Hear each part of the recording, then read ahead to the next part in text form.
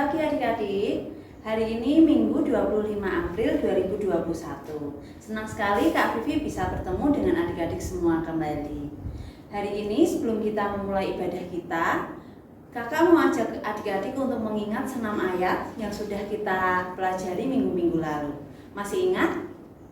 Betul sekali, dari Yeremia 17 ayat yang ke-7. Yuk, sekarang kita bacakan 6 ayat itu bersama-sama pakai gerakan. Yeremia 17 ayat 7.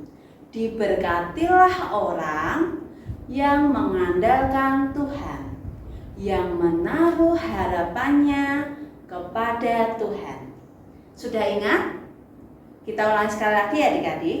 Yeremia 17 ayat 7. Diberkatilah orang yang mengandalkan Tuhan, yang menaruh harapannya kepada Tuhan.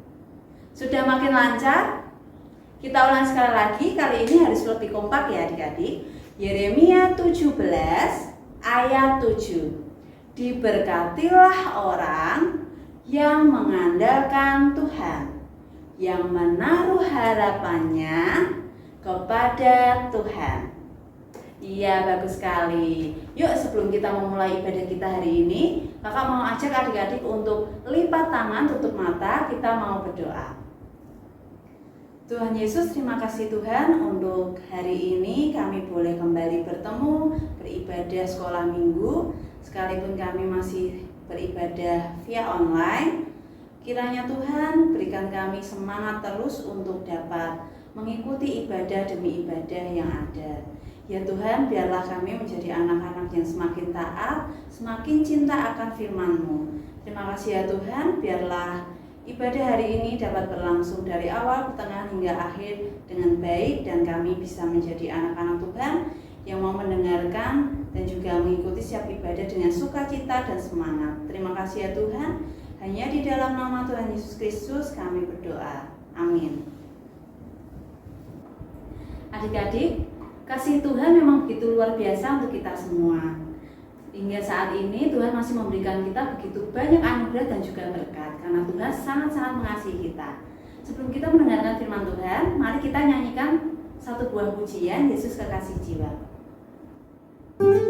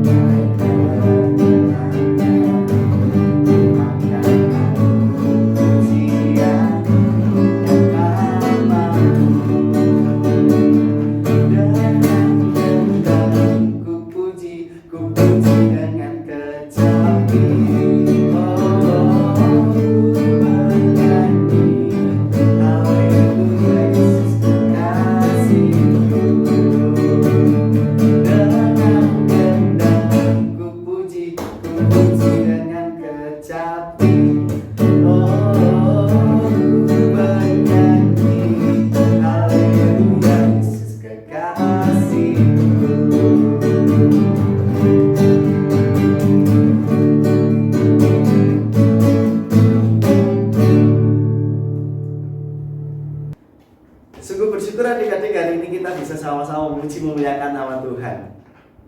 Mari kakak ajak untuk kita boleh angkat satu buah pujian. Kita katakan bahwa hatiku percaya pada Tuhan. Mari kita dengan penuh sukacita kita nyanyikan hatiku percaya.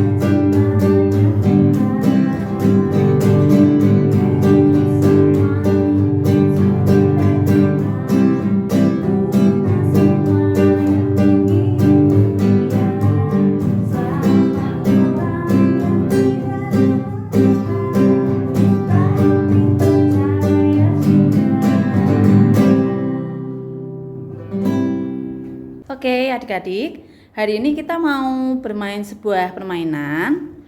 Kakak akan dibantu sama Kak Robi. Kakak punya 4 pertanyaan yang akan dijawab sama Kak Robi.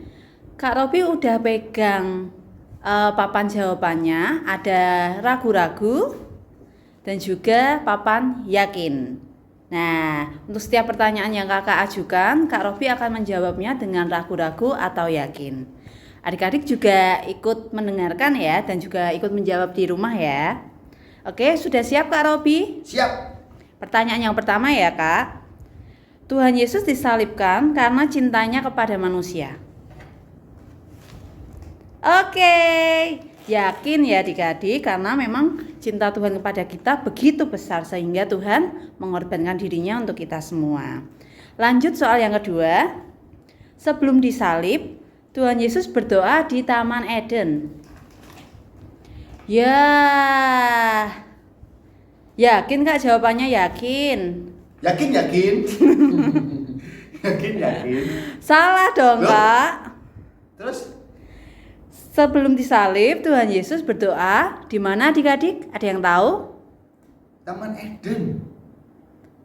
Coba diingat-ingat lagi. Eden. Betul sekali. Ada yang menjawab di mana adik-adik? Taman Getsemani. Betul sekali. Oh ya ampun. Taman Getsemani ya Kak Robi. Getsemani betul. Ya, kita lanjut pertanyaan yang ketiga. Siapa nama murid Yesus yang menyangkal Tuhan Yesus? Apakah Saulus? Kok ragu-ragu? Kenapa Kak? Iya dong. Yang menyangkal Tuhan Yesus itu bukan Saulus. Siapa? Simon Petrus. Simon Petrus. Betul sekali. Oke, kita lanjut ke pertanyaan yang keempat. Tuhan Yesus sudah bangkit. Sudah? Oh iya, yakin maksudnya yakin. Betul sekali. Tapi kenapa Kak Robi bisa yakin Kak? Yakin. Mau tahu jawabannya? Makanya lihat video yang minggu-minggu lalu waktu Kak Robi cerita. Ingat nggak? Kak Robi kalau ulang enggak? Oke. Ya enggak. Yakin karena Tuhan Yesus benar-benar bangkit. Alkitab mencatat, Alkitab nggak mungkin salah karena Alkitab itu adalah buku yang benar-benar dituliskan dan mencatat kejadian. Ada kok sejarah waktunya kapan, detailnya seperti apa, ada saksi-saksi yang melihat kebangkitan Tuhan. Jadi Tuhan Yesus benar-benar bangkit. Oke, jadi seperti itu ya adik-adik. Kalau gitu cukup dulu untuk permainannya ya Kak. Kita mau mendengarkan firman Tuhan sekarang. Adik-adik siapkan Alkitabnya, juga siapkan hati dan juga telinganya baik-baik ya. Sekarang kita mau memulai untuk mendengarkan firman Tuhan. Bye-bye. Oke, sebelum masuk ke dalam firman Tuhan, mari kita sekali lagi lipat tangan, tutup mata. Kita mau berdoa adik-adik sebelum kita menerima firman Tuhan. Tuhan Yesus, terima kasih Tuhan untuk puji-pujian yang boleh kami dengar. Dan sebentar lagi ya Tuhan, kami akan menerima firman-Mu. Kiranya Tuhan buka telinga kami, buka hati kami, agar kami dapat mendengarkan setiap isi firman Tuhan-Mu dengan baik. Dan biarlah kami mendengarkan setiap firman-Mu dengan sikap yang baik dan juga dengan hati yang sungguh-sungguh.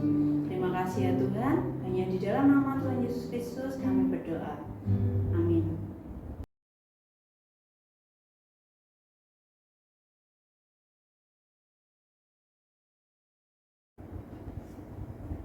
Thomas atau yang disebut juga Didimus merupakan salah satu dari 12 murid Yesus. Dalam Alkitab tidak dicatat apa profesi Thomas sebenarnya. Namun jika kita melihat dari Yohanes 21 ayat yang pertama sampai yang ketiga, dikatakan bahwa murid-murid Tuhan Yesus pergi ke Danau Tiberias untuk menangkap ikan.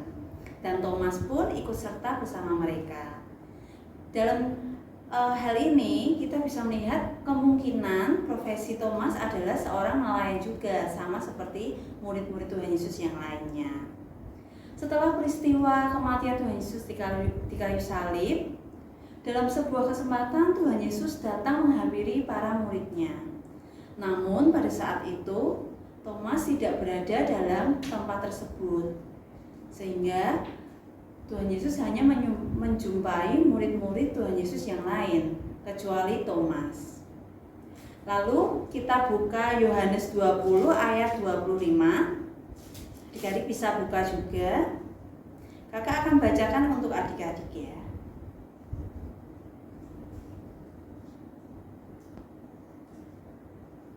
Maka kata kata murid-murid yang lain itu kepadanya, "Kami telah melihat Tuhan."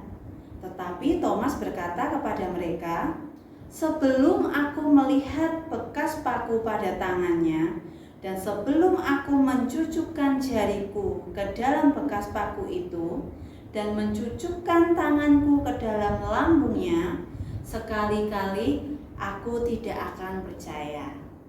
Nah, ternyata setelah peristiwa Tuhan Yesus menjumpai murid-muridnya yang lain kecuali Thomas, dan lalu murid-murid ini bercerita pada Thomas bahwa mereka bertemu dengan Tuhan Yesus.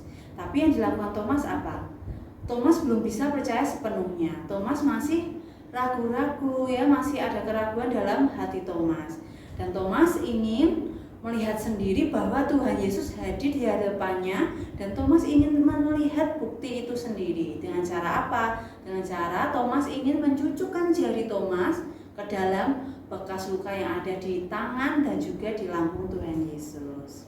Nah, seperti apa kelanjutan ceritanya? Kita saksikan dulu satu video berikut ini ya adik-adik.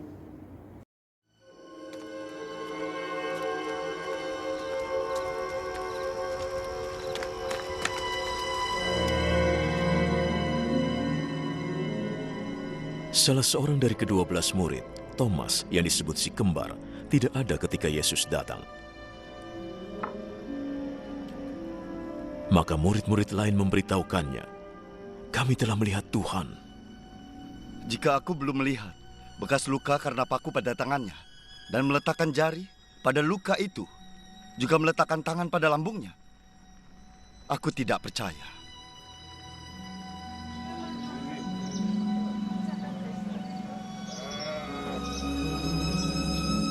Seminggu kemudian murid-murid Yesus berkumpul lagi di tempat yang sama, dan Thomas ada juga bersama mereka.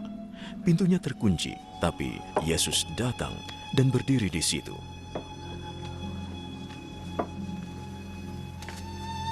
Damai menyertai kalian. Letakkan jarimu di sini dan lihatlah tanganku.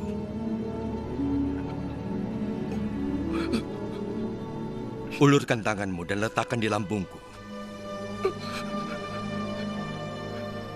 Jangan ragu-ragu, percayalah. Tuhanku dan Allahku.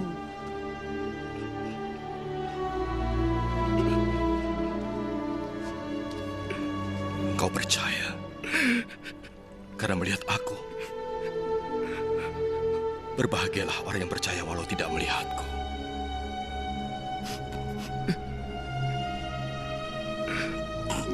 Masih banyak lagi keajaiban lain yang dilakukan Yesus di hadapan murid-muridnya yang tidak ditulis dalam kitab ini.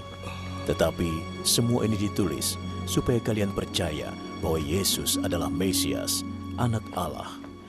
Dan karena percaya kepadanya, kalian memperoleh hidup. Lanjutan ceritanya adalah Tuhan Yesus datang menghampiri Thomas dan juga murid-murid yang lain ketika mereka berkumpul dalam sebuah rumah. Ternyata Tuhan Yesus menghampiri Thomas dan Tuhan Yesus berkata bahwa, "Apa yang kau tunggu? Lihatlah dan cucukkanlah tanganmu, ya, jarimu ke dalam tanganku dan juga ke lambung bekas tombak yang menusuk itu." Lalu terkejutlah Thomas, ya, Thomas bersedih, Thomas terharu. Ya adik-adik, seperti yang dikatakan dalam Yohanes 20 ayat 25 tadi, ya, Thomas sekali-kali tidak akan percaya sebelum dia melihat sendiri, sebelum dia membuktikan sendiri bahwa aku benar-benar melihat Tuhan Yesus. Dari cerita ini kita melihat adik-adik bahwa memang ketika kita percaya, kita itu butuh sebuah bukti. Kakak jadi teringat waktu kita kecil, ya, waktu kakak kecil, mungkin adik-adik juga sering sih, ya, banyak hal yang orang tua kita ajarkan gitu, yang orang tua kita katakan sama kita. Ketika kita mungkin bermain-main pisau, atau ketika orang tua kita sedang bekerja atau memegang benda yang berbahaya untuk kita, mereka pasti akan mengingatkan kita, "Awas ya sayang, jangan pegang pisau itu karena pisaunya tajam. Kalau kena tangan bisa terluka, bisa berdarah." Tapi kita apa? ketika kita kecil kita pasti ngeyel ya. Kalau kita belum kena pisau atau kita belum coba untuk mainkan benda itu ya, meskipun benda itu bahaya tapi kita belum pernah coba untuk mainkan itu dan sampai kena dulu, pasti kita akan ngeyel, kita nggak akan percaya kalau benda itu tajam. Nah, mungkin cerita ini nggak bisa dibandingkan gitu ya dengan cerita Tuhan Yesus ketika menjumpai Thomas. Tapi kurang lebih sama seperti keraguan-raguan yang Thomas alami. Nah, ketika Thomas ragu-ragu bahwa Tuhan Yesus telah bangkit dari kematiannya, ya, terkadang kita sebagai manusia memang banyak sekali merasakan keraguan-raguan ya adik-adik.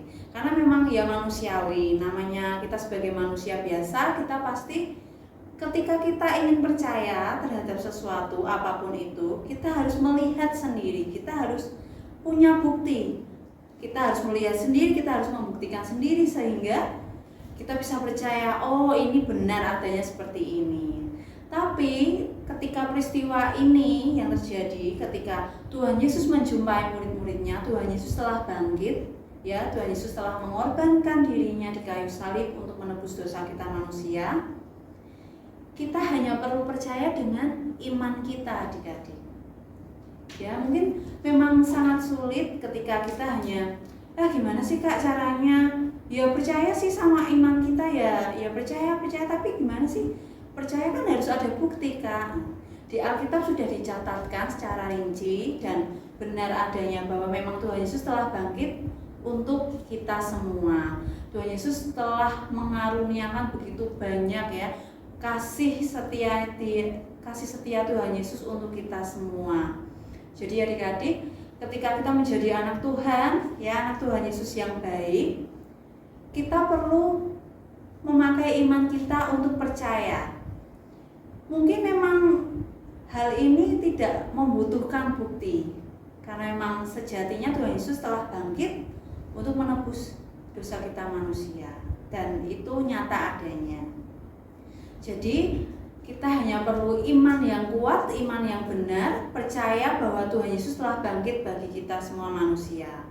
Dan untuk itu, kita sebagai anak Tuhan yang baik, apa yang harus kita lakukan? Ketika Tuhan Yesus telah mengorbankan dirinya untuk kita, untuk menebus dosa kita manusia, Tuhan Yesus rela mati di kayu salib ya, tangan kakinya disalib, lambungnya ditusuk tombak ya, merasakan begitu banyak penderitaan untuk kita semua. Yang kita lakukan adalah sebagai anak Tuhan yang baik, kita harus tetap setia, tetap semangat ya, kita harus tetap berdoa, membaca Alkitab, berikan segala sesuatu yang terbaik demi kemuliaan nama Tuhan. Oke adik-adik, jadi sekian dulu kita belajar, kita melihat dari cerita Thomas. Ketika Thomas mungkin ragu-ragu ketika dia belum melihat sendiri bahwa Tuhan Yesus memang nyata telah bangkit. Namun bersyukurlah kita, berbahagialah kita yang kita tidak melihat namun kita percaya bahwa Tuhan Yesus telah bangkit bagi kita semua.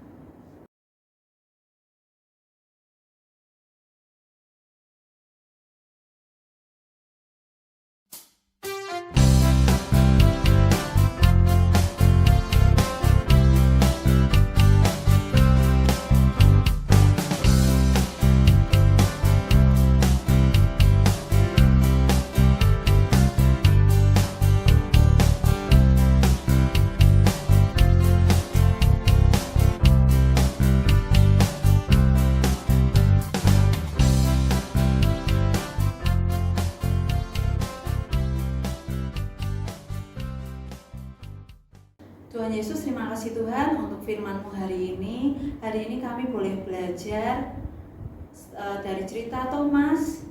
Ketika Engkau datang menjumpai Thomas ya Tuhan, ada keraguan-raguan dalam diri Thomas di awal ketika Thomas tidak percaya ketika Engkau telah bangkit, dan Thomas ingin melihat sendiri dan membuktikan sendiri. Dan dia tidak akan percaya sebelum dia melihat bukti itu. Namun Tuhan, berbahagialah untuk setiap kami, anak-anak-Mu, yang sekalipun kami tidak melihat, tapi dengan iman percaya kami boleh percaya bahwa Engkau telah bangkit bagi kami semua. Terima kasih ya Bapa, kiranya melalui cerita ini kami bisa menjadi anak-anak-Mu yang semakin setia, semakin taat, mengerti bahwa untuk setiap kasih yang telah Kau curahkan ke dalam kehidupan kami boleh bersyukur dan kami boleh memberikan segala sesuatunya yang terbaik hanya demi kemuliaan nama-Mu. Dan biarlah Tuhan, tidak ada lagi keraguan dalam diri kami ketika Engkau telah bangkit dari kematian untuk kami semua. Terima kasih ya Tuhan. Hari ini kami boleh mengakhiri ibadah kami. Kiranya Tuhan berikan kepada kami semangat selalu, sukacita selalu dalam menjalani hari-hari kami, dalam menumbuhkan setiap iman percaya kami. Terima kasih ya Bapak, bekali kami dengan kesehatan, juga untuk keluarga kami, untuk papa, mama, opa, oma, kakak, adik semua. Terima kasih ya Tuhan. Kiranya setiap firman Tuhan yang baik boleh selalu kami ingat dan boleh kami pakai sebagai pelajaran dalam hidup kami. Terima kasih ya Tuhan. Hanya di dalam nama Tuhan Yesus Kristus kami berdoa. Bapa, terima kasih.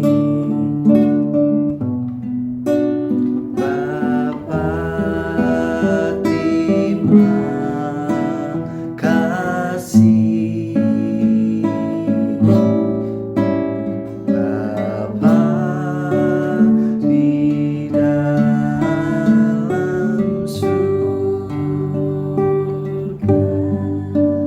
ku berterima kasih.